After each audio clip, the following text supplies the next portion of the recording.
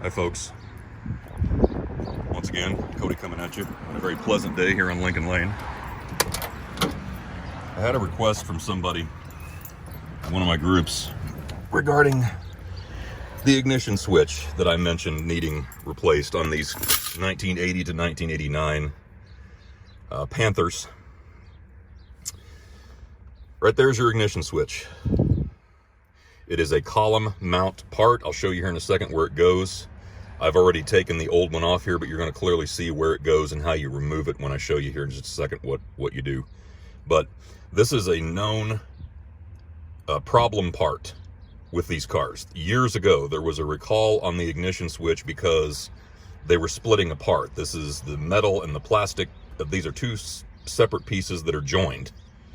And over time, the factory parts began to split apart here in the middle, and the high current that flows through this part rendered that a total fire hazard. And I actually remember seeing some news stories of people whose old Lincolns caught fire, and this entire column and their whole dash burned and melted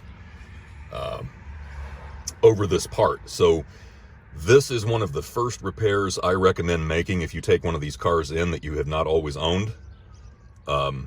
You don't know how old it is, or you don't know if it's been replaced. The safest thing to do is just get it off there, replace it. Replace it with something that's brand new.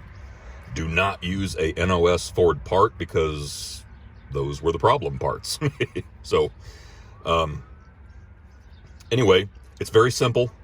You see this little sort of hole right there in the ignition switch. That needs to be married to this rod right here, because as you turn your key, it slides. That rod slides and activates the ignition switch. So in terms of its position, your ignition switch is right here on the sort of the passenger side of the column. It's only held in place with 2 screws, and the only thing you need to know about mounting is that you need to marry that hole to the rod right here. Get that correctly in place, and right here is your plug.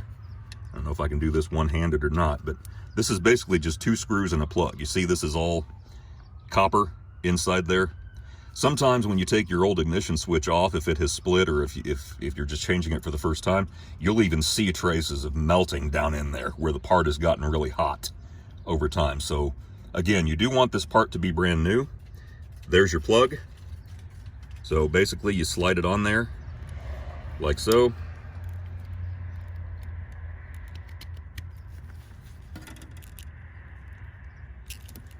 You don't even need the clips. It's such a firm fit.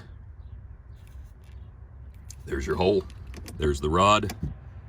It slides into place. And from there, it's just a question of putting your screws back in.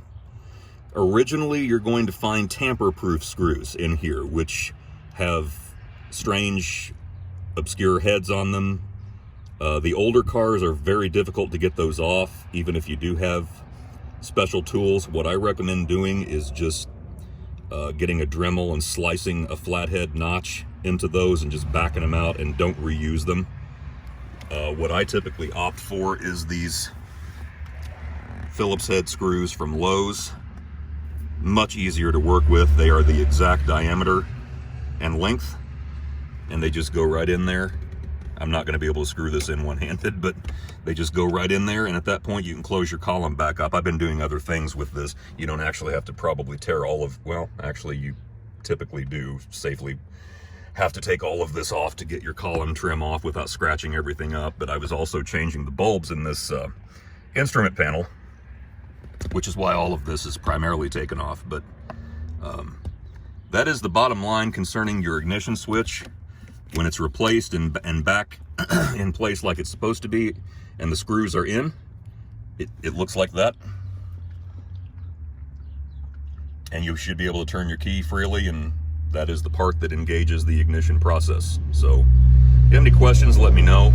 But this is a very important little part, and it's cheap. I mean, this is one part that I do turn to like an auto zone for, because there's not a lot to it. It just, I mean, it's pretty much the same thing you find anywhere, other than the original OEM parts. I do not recommend using NOS parts for this, because again, those were the parts that created the issue. So if you have any questions, let me know. Be happy to answer. Or if this is not enough information, or if I missed something that's important to you, let me know and I'll be happy to answer. Otherwise, have a good day. Enjoy the sunshine and the nearly cloudless sky.